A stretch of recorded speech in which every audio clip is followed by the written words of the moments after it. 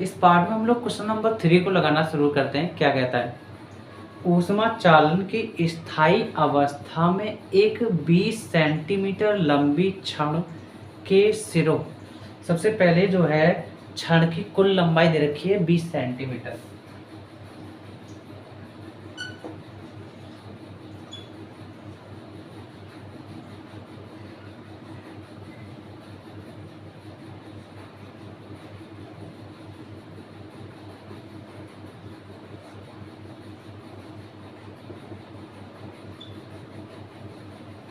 बीस सेंटीमीटर। आगे क्या कहता है? सिरों ए तथा बी के ताप। चलो मैं एक तार बना देता हूँ। तार मतलब छड़, छड़ को मार्कर ही मान लेते हैं, ठीक है। तो मार्कर बनाते हैं।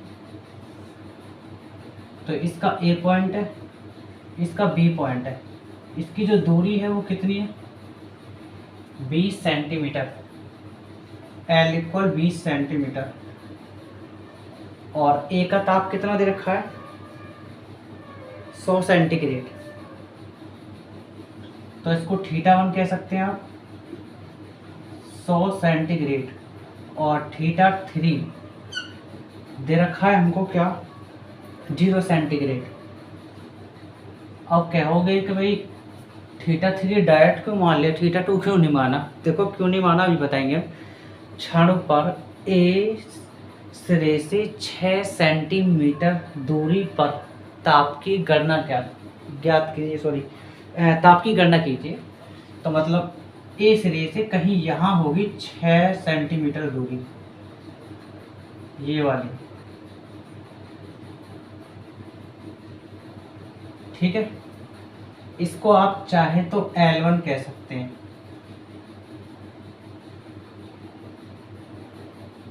L1 equal 6 centimetre. और इसी पे ही हमको क्या बताना है, यहाँ इसी पॉइंट पे इसका नाम धर देते हैं हम C। और इसी पे ही हमको बताना है ताप की गणना। ताप की गणना का मतलब है θ2 पता करना है क्या, ये फिगर है, ठीक। तो हम लिखेंगे ए सिरे का ताप, ए सिरे का ताप, ताप θ1 क्या है? 100 सेंटीग्रेड। बी सिरे का ताप,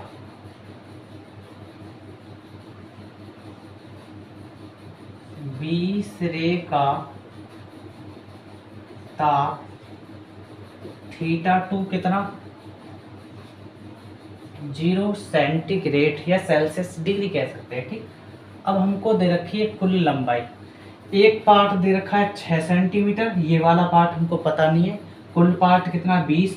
तो पूरे में से इसको घटा देंगे तो 20 में से 6 घटा दो, कितने बचे? 14 ही तो बचे। तो ये आपकी यहाँ से यहाँ तक की जो दूरी है वो आपकी 14 सेंटीमीटर है, ठीक है। तो वो L2 बोल दिया जाएगा, ठीक है। तो आप कहेंगे कि ए सिरे की लंबाई, ए सिरे की लंबाई L1 बराबर कितना? 6 सेंटीमीटर। और बी सिरे की, बी सिरे की लंबाई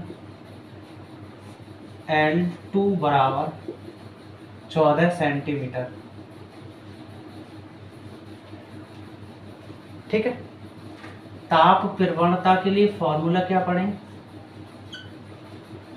ताप प्रवणता के लिए फॉर्मूला पढ़े हैं delta theta upon delta x, यही तो पढ़े। तो डेल्टा थीटा का आप जानते हैं क्या वो मैटर होता है। इसको एल भी बोल सकते हैं हम, एक्स भी एक ही बात है, ठीक है। एक्स बोलो एल बोलो एक ही बात है तो लंबाई भी, ठीक है। तो क्या करेंगे, डेल्टा थीटा को खोल देंगे, θ1 माइनस θ2, ये आप जानते हैं किस तरीके से बोलते हैं। ये पहली लंबाई हो जाएगी L, एक्स के लिए एक्स रख दो, x1 रख दो या L1 रख दो, एक ही बात है। अब आते हैं इधर θ1 θ2, अब θ2 माइनस θ3, ठीक है, और ये हो जाएगा आपका L2। इस फॉर्मूले की मदद से आपको सॉल्यूशन करना है बस, और आपका आंसर 100% पक्का आना है, ठीक है। तो θ1 की जगह रख देंगे हम लोग क्या 100 सेंटीग्रेड, 100 सेंटीग्रेड माइनस θ2 हमको पता नहीं, यही ज्ञात करना है।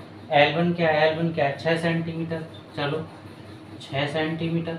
θ2 हमको पता नहीं, इसको ही पता करना है। θ3 क्या है 0 सेंटीग्रेड, चलो। L2 क्या है हमारा 14 सेंटीमीटर, चलो रखते हैं 14 सेंटीमीटर, ठीक है। तो 100 सेंटीग्रेड माइनस θ2 बाई 6 सेंटीमीटर, ये भाग में गुणा में आ जाएगा 14 सेंटीमीटर इक्वल θ2। जीरो का कोई सीन ही नहीं होता, ठीक, घटाओ या जोड़ो जीरो से कोई फर्क नहीं पड़ता। तो ये सेंटीमीटर से ये सेंटीमीटर खत्म, 2 तिया 6 और 2 सत्ते 14, ठीक है।